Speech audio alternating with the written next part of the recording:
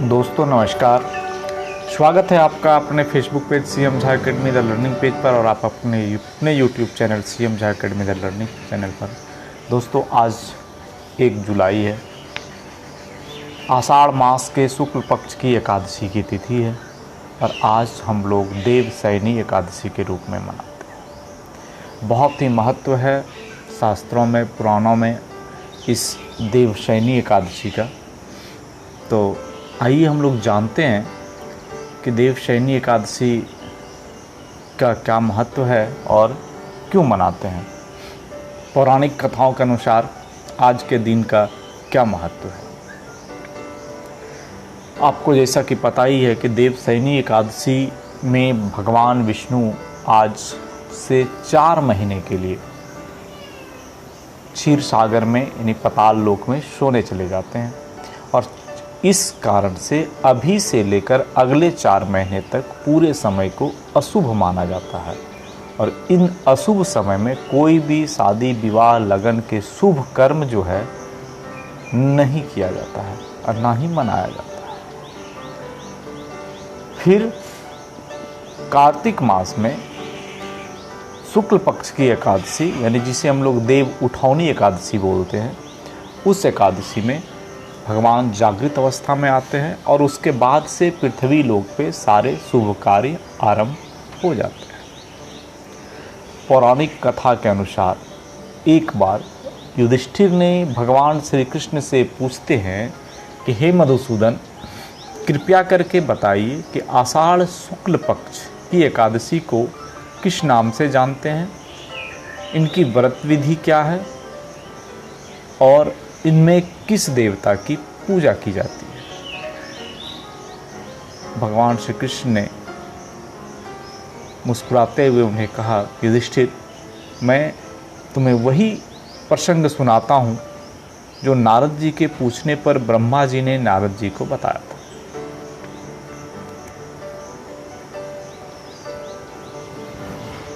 ये देवशयनी एकादशी का व्रत मनुष्य के जीवन में सभी कष्टों से मुक्ति दिलाता है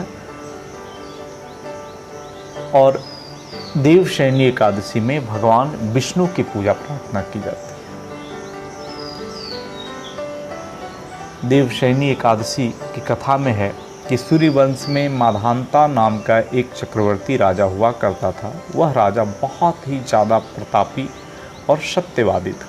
राजा अपनी प्रजा को अपनी संतान के समान मानता था। उसका राज्य सभी सुख सुविधाओं से पूर्ण थी।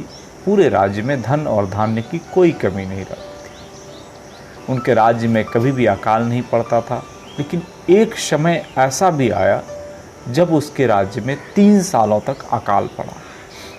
इसकी वजह से उनके राज्य में पानी की बहुत ही कमी हो गई। प्रजा अकाल के कारण काफ़ी दुखी था। राज्य में अन्न की कमी के कारण प्रजा दुखी थी। अन्न न होने के कारण राज्य के सभी धार्मिक कार्य भी बंद हो गए। एक बार सारी प्रजा राजा के पास गई और राजा के आगे सभी ने व्यथा सुनाई। प्रजा ने राजा से कहा कि राजन, पानी जीवन के लिए अत्यंत महत्वपूर्ण है और वर्षा के बिना जल पृथ्वी पर कोई आधार ही नहीं है। राजा बहुत ही दुखी हुए और उन्होंने अपनी प्रजा से कहा कि आपके स्थिति के जैसी ही हमारी भी स्थिति है, हम भली भांति समझ रहे हैं, कुछ समाधान निकालने का प्रयास करते हैं। और वो सैनिकों के साथ जंगल में ऋषियों के पास समाधान ढूंढने चले गए। लेकिन इस समस्या का समाधान किसी भी ऋषि के पास नहीं मिल रहा था। अंत में ब्रह्मा जी के पुत्र अंगीरा ऋषि, ब्रह्मा जी के पुत्र थे अंगीरा ऋषि, उनके आश्रम में पहुँचे। आश्रम में पहुंचकर सबसे पहले ऋषि को प्रणाम किया। ऋषि ने राजा को आशीर्वाद दिए और राजा का कुशल क्षेम पूछा। इसके बाद ऋषि अंगीरा ने राजा से उनके आने का कारण पूछा। राजा ने हाथ जोड़कर विनम्रता से कहा कि ऋषिवर, मैंने हर प्रकार से धर्म का पालन किया, किसी भी जीव जंतु को कभी परेशान नहीं किया, ना ही किसी के साथ कोई अन्याय किया, लेकिन फिर भी मेरे राज्य में अकाल पड़ गया। प्रजा भूख से मर रही है। शास्त्रों में लिखा है कि अगर राजा किसी भी प्रकार का पाप करता है तो उसका दंड प्रजा को भी भोगना पड़ता है।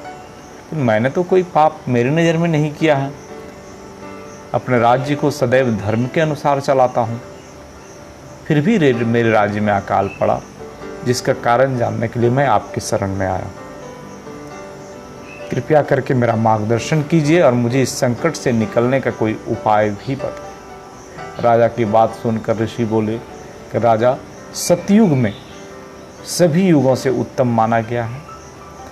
सतयुग में ही धर्म के चारों चरण सम्मिलित हैं। सिर्फ सतयुग में ही धर्म की सबसे अधिक उन्नति होगी। सतयुग के लोग ब्रह्मदेव की पूजा उपासना करते हैं और वेद पढ़ने का अधिकार सिर्फ ब्राह्मणों को दिया गया है। शास्त्र के अनुसार पूजा पाठ तपस्या एक ब्राह्मण ही कर सकता है, लेकिन तुम्हारे राज्य में एक शूद्र तपस्या कर रहे हैं। इस अधर्म की वजह से तुम्हारे राज्य में अकाल पड़ा रहा है। अगर तुम अपनी प्रजा की भलाई चाहते हो तो उस शूद्र को जल्द से जल्द खत्म करवा दो। लेकिन राजा ने ऋषि की बात को बीच में ही काटते हुए कहा, ऋषिवर, वह शूद्र तो है पर निरपराध है, उसका तो कोई दोष नहीं है, मैं उसे किस प्रकार से दंड दे सकता हूँ? आप मुझे कोई दूसरा उपाय बताइए। तब ऋषि ने राजा को दूसरा उपाय बताया और उनको कहा, यदि तुम दूसरा उपाय जानना चाहते हो तो सुनो राजन। आषाढ़ मास की शुक्ल पक्ष में पड़ने वाले एकादशी तिथि को देवसैनी एकादशी के नाम से जाना जाता है। इस एकादशी का विधिवत और व्रत और पूजन करने से तुम्हारे राज्य में वर्षा होने लगेगी, क्योंकि देवसैनी एकादशी का व्रत सभी प्रकार के फल प्राप्त करने के लिए वाला व्रत कहा गया है। इस प्रकार देवसैनी एकादशी के करने से सभी कष्टों को समाप्त किया जा सकता है। देवसैनी एकादशी के व्रत तुम अपनी पूरी प्रजा और सैनिकों के साथ करो, सेवकों के साथ मिलकर करो, तुम्हारा कष्ट दूर हो जाएगा। राजन संतुष्ट हुए, वो अपने राज्य लौट कर आए। आषाढ़ मास की एक शुक्ल पक्ष के एकादशी तिथि को देवसैनी एकादशी के दिन पूरे धूमधाम से राज्य में पूजा पाठ की गई और कहा जाता है कि उसके बाद खुलकर वर्षा उनके राज्य में हुई और सारे दुख मिट गए और फिर से राज्य अपनी धार्मिक स्थिति में चलने लायक हरा भरा फला फूला सारे कष्टों से मुक्त हो गया। तो देवसैनी एकादशी का व्रत मनुष्य को सभी प्रकार के सुख प्रदान करता है और सभी प्रकार के कष्टों को शमन करता है। दोस्तों, हमारे सनातन धर्म के सीरीज में शायद ये कहानी आपको बहुत अच्छी लगी होगी। आपको शायद पता होगा, बहुतों को नहीं होगा। तो हम ऐसे ही आगे और भी बहुत सारी मोटिवेशनल, इंस्पिरेशनल और स्पिरिचुअल कथाओं में कथा को ऐड करते रहेंगे। अभी श्रावण मास आ रहा है, भगवान भोले का दिन। प्रयास रहेगा कि हम लोग शिव पुराण की लगभग सारी कथाओं को इस महाश्रावण में पूरे महीने मोटिवेशनल, इंस्पिरेशनल की जगह एक कथा कहेंगे और फिर मोटिवेशनल, इंस्पिरेशनल तो पूरे साल चलता ही रहेगा। हर रोज़ हर सुबह एक कहानी अपने Facebook page CM Jha academy the learning page पर और अपने YouTube channel CM Jha academy the learning channel पर रेगुलर लगातार मिलते रहेगा। तो अगर आपने अभी तक हमारे पेज को लाइक फॉलो नहीं किया तो एक लाइक तो बनता है। आज देवसैनी एकादशी के दिन भगवान के नाम पे एक तो मिलता है। तो आप हमारे फेसबुक पेज को लाइक और फॉलो ज़रूर करिए और हाँ, YouTube channel CM Jha academy the learning channel को सब्सक्राइब करना नहीं भूलिएगा, क्योंकि जब आप सब्सक्राइब करेंगे तो हमारी हर एक कथा कहानी के साथ साथ बहुत सारे करंट अफेयर्स, टेक्निकल, एकेडमिक बहुत सारे वीडियोज़ उसमें रेगुलर डाले जा रहे हैं। तो वो सभी वीडियोस आपके इम्पॉर्टेंट रहेंगे आर्थिक, सामाजिक और जानकारी की दृष्टि से। धन्यवाद। फिर मिलते हैं अगले दिन।